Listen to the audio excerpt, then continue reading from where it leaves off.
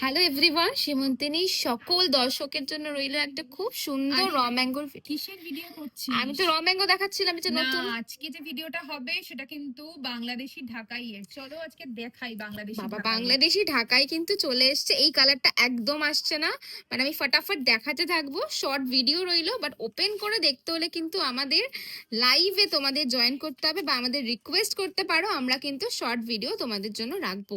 এই যাচ্ছে কিন্তু কালার্স, বাবা কত কালার আছে, শেষ হবে আজকে ভিডিওতে। হ্যাঁ, হবে।